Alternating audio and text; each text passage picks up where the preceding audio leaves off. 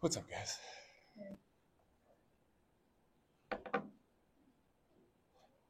Yeah, go ahead. Hey, Coach Bill Barber, Scope of Sports. As a pretty young play caller per se, is there anyone that kind of took you under your wing or a mentor that really kind of helped you as a young coach that you could look up to? Yeah, it's a trick question because there's a lot of them. I've talked about how blessed I've been just to be around the people in my life. Marvin Lewis, Mike Zimmer, Paul Gunther. That first phase of it, Vance Joseph in that middle phase, and then obviously when Lou came in, they've all been impactful. They're a phone call away. I'm forever indebted to all of them, and I wouldn't be here without them. So it comes from a real place of respect and gratitude for everything they've done for me. Coach, Nick Hey. Everett, Sports Report. It might just be difficult to summarize, but your first year as a defensive coordinator, what do you feel like is the most important takeaway from this year, and what do you feel like you learned about yourself personally in this new position? How fast it goes. I'm coming from a league where, when we were done, we'd still have 4 or 5 games and hopefully the playoffs. So it was a blur. It was a blast. I think you learn things about how to be a leader. Everybody's got a plan until the second day, and then you got to figure out what to do. We've talked about it at length. The level of respect I have for the staff is unparalleled. They kind of put their arms around me. We built this thing together. And the players, it's not lost on me that they took a chance on me with Coach Brown and Rick George, and they gave me a chance to come here. And the players are great. I'd go to war with those guys every day.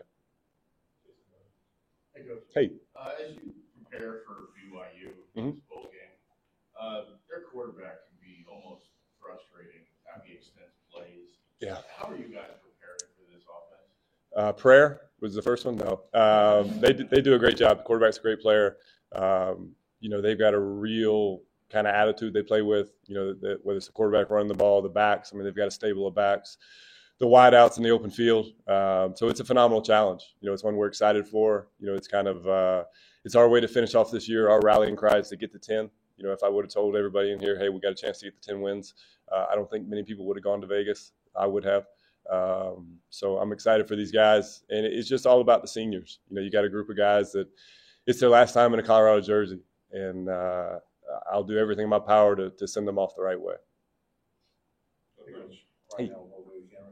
We saw Nakai going to the transfer portal this week, so I assume he won't happen to the whole game. But how do you adjust to things like that, whether him or other guys go on the portal? Do you almost have to treat it like injuries and just next man up type of deal? Yeah, for sure. He's kind of welcome to college football 2024, right?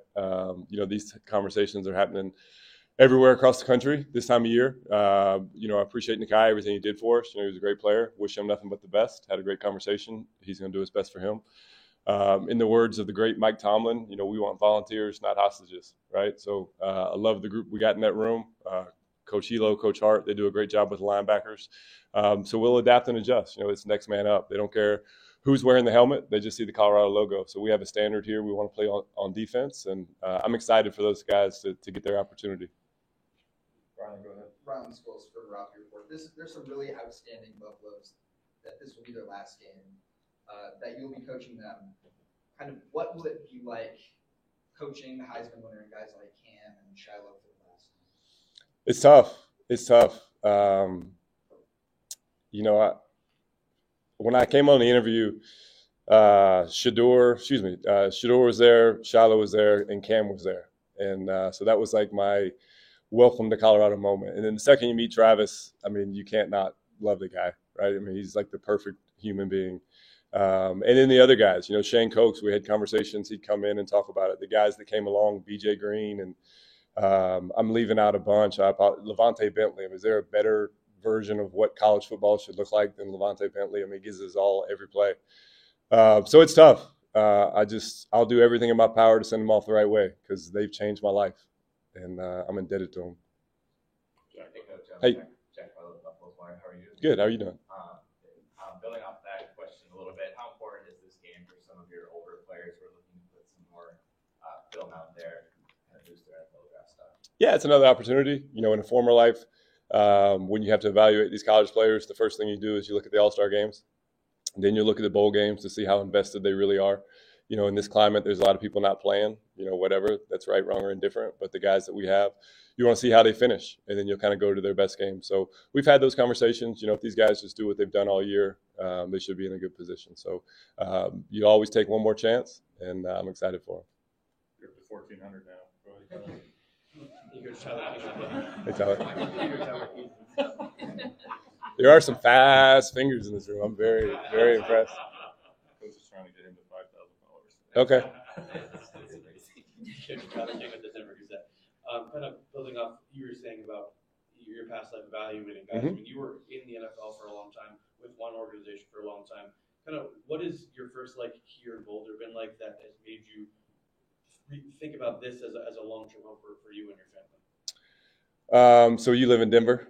Yeah. So you drove from Denver to Boulder today? Yeah. So that's the first one, right? The view where we are, it's phenomenal. We love it here. We have 4 young kids. There's no better place in the world for us. It's perfect. And obviously, I've talked about it at length, and I mean it. I love the head coach. He's changed my life, and I love the dude. So we're very happy. It's been a blast. You want to build something here. I talk about it all the time. You want to be in the beginning of the change, right? And I think that was the big thing when I took the job was don't go be a cog in the machine of something that's going to win it with or without you. Be part of the change. So that's the challenge here. And again, it kind of goes back to if we can get to 10 wins, then we can get this ball rolling and hopefully get it to where it's hard to stop.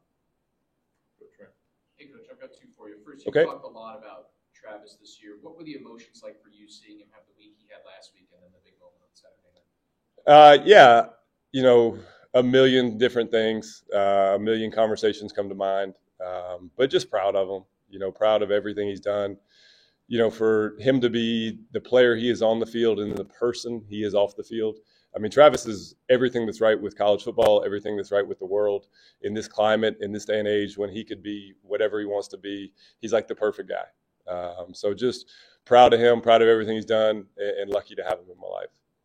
And then you guys are in a bit of a unique situation playing a conference opponent in a bowl game. You finished tied with them. They're coming here next year. How much does that kind of add to the chip on your guys' shoulder heading into this game? I think it's just, you want to finish this thing off. Obviously, embarrassingly, I almost cried there a minute ago. That was almost really bad. So I talked about the seniors. I talked about what it means for them. And if you're a young player, I mean, you're kickstarting 2025, right? This is what you'll be evaluated on going into spring. And so it's a great way for all parties involved to have a great time in San Antonio and go get it done. Couple more, Pat, go ahead. Hey, Coach. Pat Graham. Hey, what's up, man? Hey, I see you. 2-parter for you. First Okay. of all, how has coaching a Heisman made you a better coach? I'm a lot smarter when he's on the field, for sure. It's a testament to him. I mean, we talk about playing both ways and doing it at elevation probably didn't get as much credit as you should, right? Because it's different here. But just the way he sees the game, I think we've talked about it, on multiple occasions. I'll go to Trav, whether it's a TV timeout or something, and hey, what are you seeing? What are you feeling? So his ability to feel the game is unique. It's special. Travis called some defenses, and embarrassingly, most of them work. He's great. So it's been a phenomenal journey with him, and I'm just excited for one more. And the second part of that is, what's life going to be like without the Heisman Trophy winner? Yeah, it's next man up. We talked about it a little bit with injuries and things like that.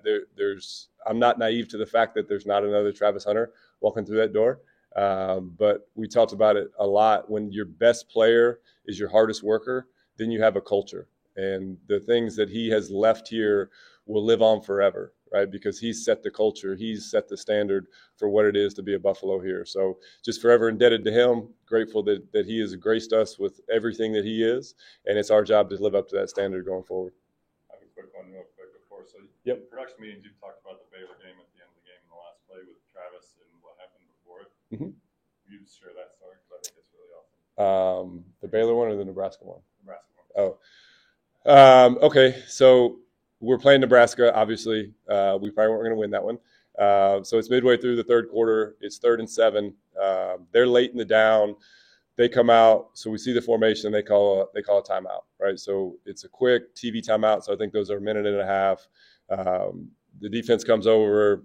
I go to Travis and just in general conversation. Hey, Trav, what would you call here? In a former life, we're at the AFC Championship game. It's 3rd and goal on the, I want to say, 9-yard line. We TV timeout them, and I hear Lou Anarumo, again, somebody asked about, people that I look up to, go to Cheeto and say, hey, Cheeto, what do you like here? And Cheeto said, Red Tampa. And so it's a version of cover 2 in the red zone. So we called it, and Pat Mahomes played Pat Mahomes. He ran around for like 15 seconds, then he fumbled. They kicked the field goal. We won in overtime.